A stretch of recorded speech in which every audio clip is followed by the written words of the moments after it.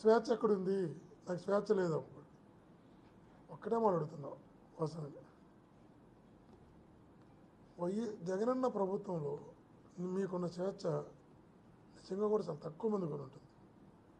ఇప్పుడు ఒకసారి ఆ రోజు ఈనాడు జ్యోతి పేపర్లను రాశారనుకుంటా, నాకు గుర్తున్న వరకు ఇతర పార్టీ నాయకులతో కలిసి స్పెషల్ ఫ్లైట్లో విదేశాలకు వెళ్ళారు అని. అంటే విదేశాలకి స్పెషల్ ఫ్లైట్లో ఇతర పార్టీలతో కలిసి వెళ్ళగలిగేంత స్వేచ్ఛ కూటమి ప్రభుత్వం నీకు ఉంటుందా అని అడుగుతున్నాను. అసలు స్పెషల్ ఫ్లైట్లో విదేశాలకు వెళ్ళడం కాదు, ఇతర పార్టీలతో మాట్లాడడానికి కూడా మీకు స్వేచ్ఛ ఉండదు. ఇక్కడ మీకు పోయిన తర్వాత అర్థమవుతుంది పుట్టిల్లు ఎంత గొప్పదో అని,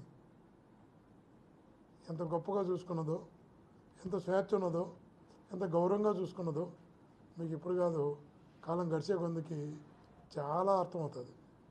కాబట్టి వాసన ఒకటే చెప్తున్నాం, ఎవరినో సాటిస్ఫై చేసి ఏదో ఎదగాలని నీకు గుర్తించి గౌరవించి నేను హక్కును చేర్చుకున్న పార్టీపై బండలు వేసి అబండాలు వేసి నువ్వు లబ్ధి పొందాలనుకుంటే లాంగ్ టర్మ్లో అది ఖచ్చితంగా చెప్తున్నా నీ స్థాయిని దిగజారుస్తున్న విషయాన్ని కూడా ఎప్పుడు గుర్తుపెట్టుకోమని గట్టిగా తెలియజేస్తున్నా. ఏదేమైనా కూడా ఆత్మీయులారా, ఆధారాలతో, సాక్ష్యాలతో, నిజాలతో సంబంధం లేకుండా జగనన్న వ్యక్తిత్వాన్ని హననం చేయడానికి వాసన లాంటి వాళ్ళు ప్రయత్నం చేసినా, వాసనను అడ్డు పెట్టుకొని ఎవరు ప్రయత్నం చేసినా అది వాళ్ళకే తగులుతున్న విషయాన్ని కూడా గుర్తుంచుకోవాలి. ఇంతకుముందు కూడా ప్యారడైజ్ పేపర్స్ అని రకరకాల ఆరోపణలు చేశారు. చివరికి అర్థమైనాయి 2017 అనుకుంటా. 19లో రిజల్ట్స్ ఎలా వచ్చాయో మనకంతా కూడా తెలుసు. కాబట్టి వాసన మళ్ళా చెప్తున్నాం, నేను ఎక్కడ ఎంపీగా పోటీ చేసినా, ఎక్కడ ప్రతి పల్లి తిరిగా, ప్రతి ఊరు తిరిగా, ఇక్కడ ప్రజలు ఇట్లాంటి మనస్తత్వాన్ని అంగీకరించిన విషయాన్ని మీకు తెలుసు, నాకు తెలుసు. తప్పకుండా భవిష్యత్తులో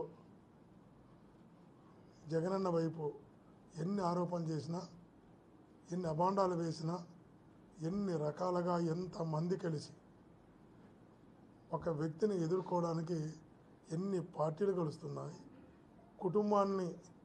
కుటుంబాన్ని కూడా తిరుగుబాటు చేయిస్తున్నారు. ఇట్లాంటి వాసనలను పిలుచుకొని వీళ్ళతో తిరుగుబాటు చేయిస్తున్నారు. ఒక వ్యక్తిని ఎదుర్కోవడానికి ఇంతమంది ఒకటి కావాలా? ఇంతమంది కలిసి ఒక వ్యక్తి యొక్క క్యారెక్టర్ని మీరు అసెస్ చేయాలనుకుంటే ప్రజలు తన వైపు నిలవరా? కానీ ప్రజలు అండ బలం జగనన్నకు ఉంది. కాబట్టి ఇటువంటివన్నీ కూడా నిలవ ప్రజల ముందరని కూడా తెలియజేస్తున్నా. థ్యాంక్ యూ అనండి.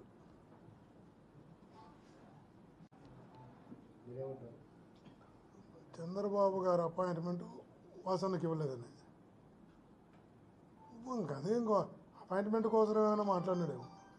చెప్పింది నిజమైతే అపాయింట్మెంట్ కోసం కూడా మాట్లాడే స్థాయికి వాసన అపాయింట్మెంట్ తీసుకోవడం కోసం కూడా విమర్శిస్తే అపాయింట్మెంట్ వస్తున్న పరిస్థితికి వాసన దిగజారిపోతాడని నేనైతే కళ్ళలో కూడా అనుకోలే.